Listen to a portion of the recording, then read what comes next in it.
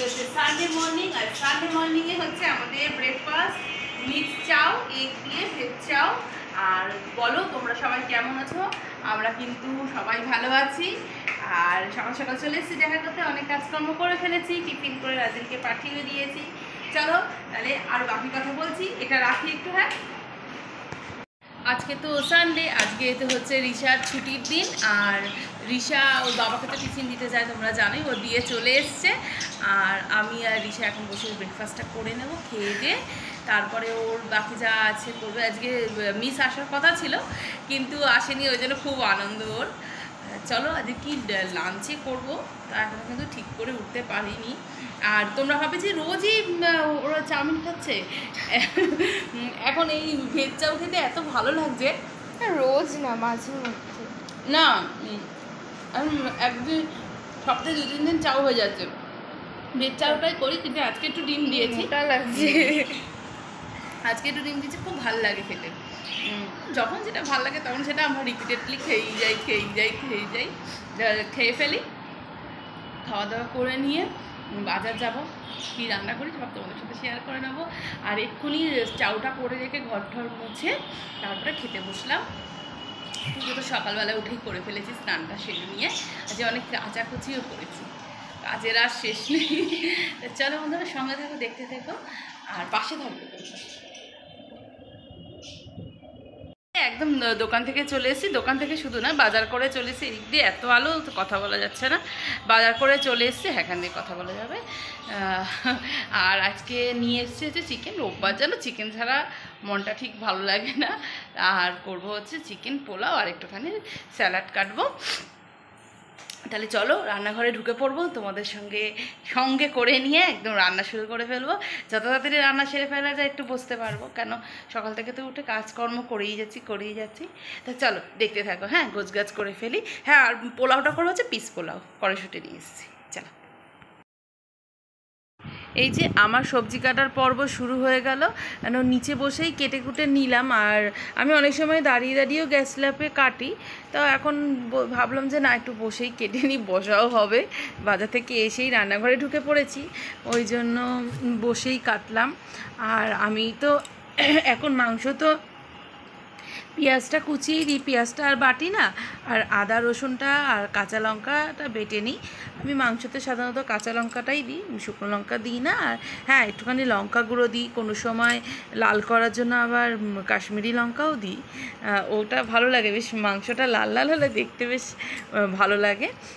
আর আমার এদিকে দেখো পেঁয়াজ কুচোনো হয়ে গেছে। পেঁয়াজ কুচোনো হচ্ছে একটা বড় টাফ ব্যাপার, এখন মানে খালি চোখে জল চলে আসে। তবুও আগেকার পেঁয়াজের মতো কিন্তু এখন আর পেঁয়াজে অত আমি তো ঝাঁজ পাই না। মানে আগে একটা পেঁয়াজ কাটলে কি মানে আর দ্বিতীয় পেঁয়াজটার কাটতে ইচ্ছে করতো না।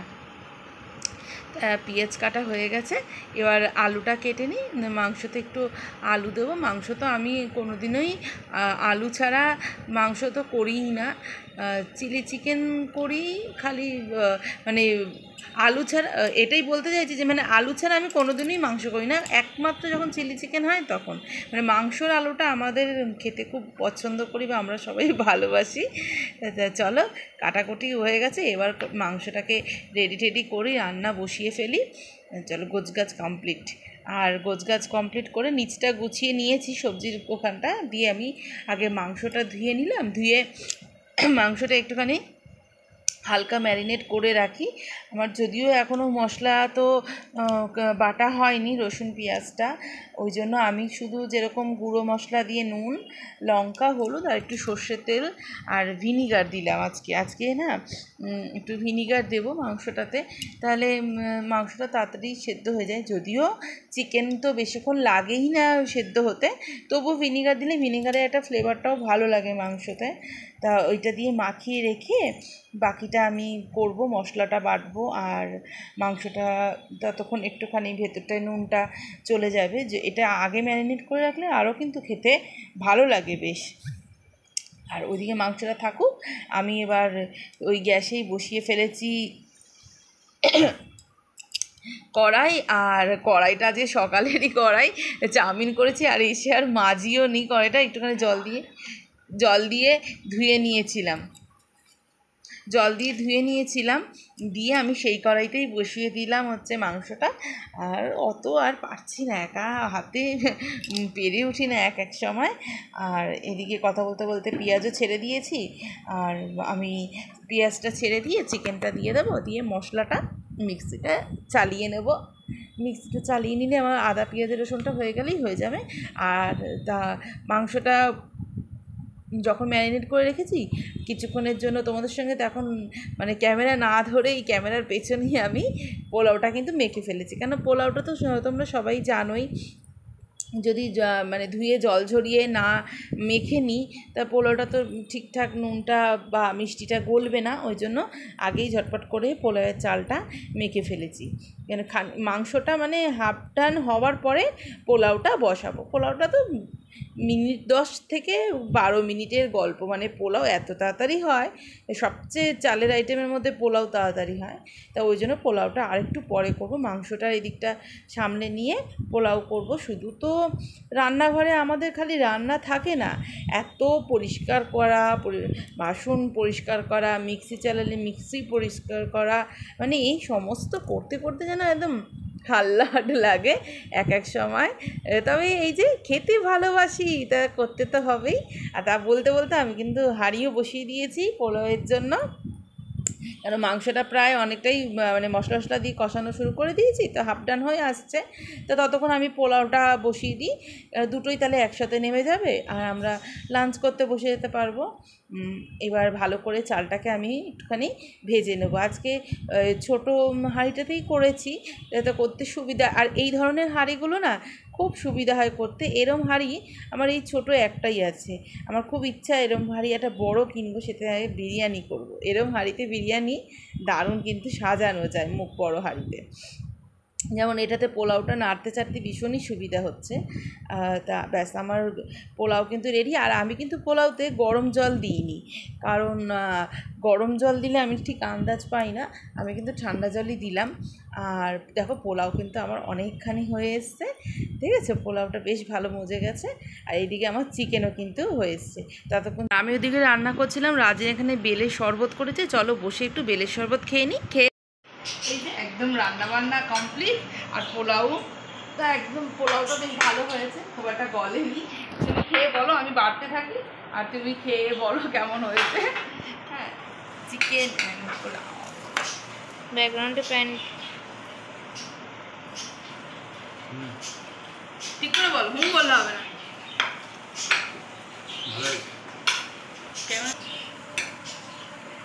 কেমন হয়েছে মাংসটা? খেয়ে দেখো, ভালো হয়েছে। ভালো হয়েছে, চলো আমি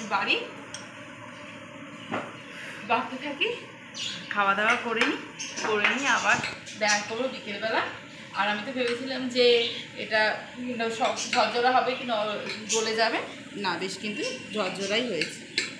এই পোলাওতে কিন্তু একটা সমস্যা থাকে যে একটু নরম হয়ে যায়, তা নরম হয়নি। খাওয়া দাওয়া করি, চলো পোলাও আর মাংস এগুলো দিয়ে বেশি কথা বলা যায় না, খেয়ে নিই।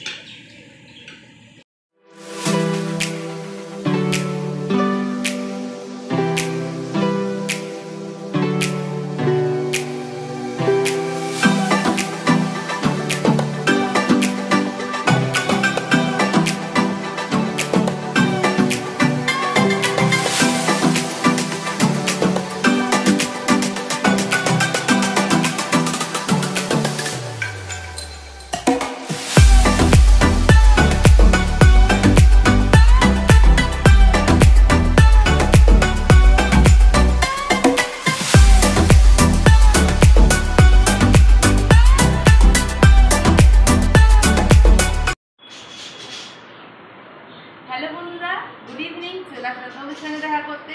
আর সন্ধেবেলায় কী করছি তোমরা ভাববে যে সন্ধেবেলা এখন ও কী করছে। আজকে তো লাঞ্চে তোমরা যাবে পোলাও হয়েছে, কিন্তু সকালে কিন্তু মন ছিল খুব বিরিয়ানি খাওয়ার। আর সেই ইচ্ছাটা কীভাবে পূর্ণ হয়েছে দেখো, এত পরিমাণে বিরিয়ানি। আর একজন এসে দিয়ে গেল এতটা পরিমাণের বিরিয়ানি।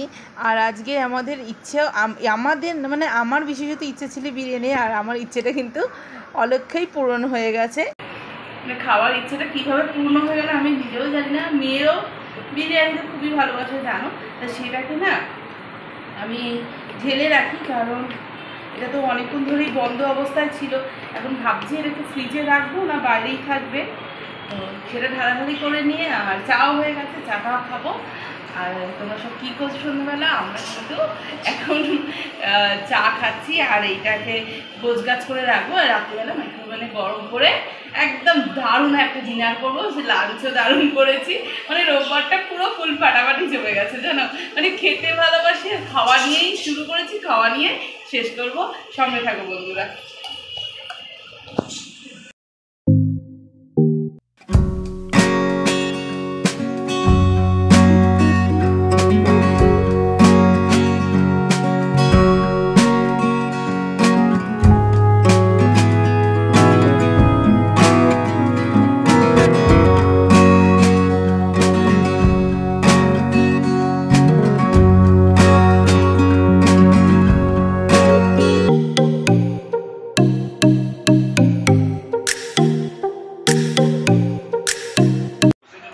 এই যে বন্ধুরা, সন্ধ্যেবেলা অনেকক্ষণ ধরে বসে রয়েছি, চা টা খেয়ে তো খেলামই তোমাদের সাথেই। আর ও টিভিটা চলছে, এখন আমরা দেখছি হচ্ছে রাজাবাবু। মাঝে মধ্যে কিন্তু ওই আমার তো সিরিয়াল অত ভালো লাগে না, তোমাদের সবাইকেই বলা, কিন্তু মাঝে মধ্যে আমি কিন্তু বই দেখি। আর এইসব রাজাবাবু, তবে দুলহে রাজা, এইসব বইগুলো তো খুব ভালো লাগে। আর রিশাকেও দেখাই, ও মজা পায় এগুলো দেখে। দুজনে মিলে দেখছিলাম। আর আজ তো ম্যাডামের তাড়াতাড়ি খিদে পেয়ে গেছে ভালো মন্দ খাবার। আর এই যে ম্যাডামের পাশে চলে যাই, এই যে ম্যাডাম আজকে এই যে ডিনার তাড়াতাড়ি করে ডিনার করছে। আমাদের চিকেন নেয়নি, খালি গ্রেভিটা নিয়েছে।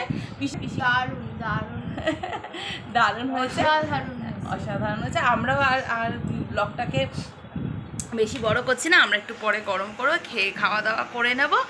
আর গুড নাইট, তোমরা সবাই ভালো থাকবে, সুস্থ থাকবে। আর চ্যানেলটাকে কিন্তু অবশ্যই সাবস্ক্রাইব করবে আর সবসময় সাথে থাকবে। আর পেছনের দেয়ালে দেখছো কত লেখা, বুঝতে পারছো কি? দাঁড়াও, এগুলো সব হচ্ছে ওর হস্তশিল্প। এগুলো ছোটোবেলায় সব ওর এই হস্তশিল্প করা রয়েছে আমাদের দেয়ালে। গুড নাইট করে দেবে, বল গুড নাইট কর। উকি মারছিস কেন? ভালো করে গুড নাইট কর। খুব বদমাস। চলো বন্ধুরা, সঙ্গে থাকো, দেখতে দেখো। Good night.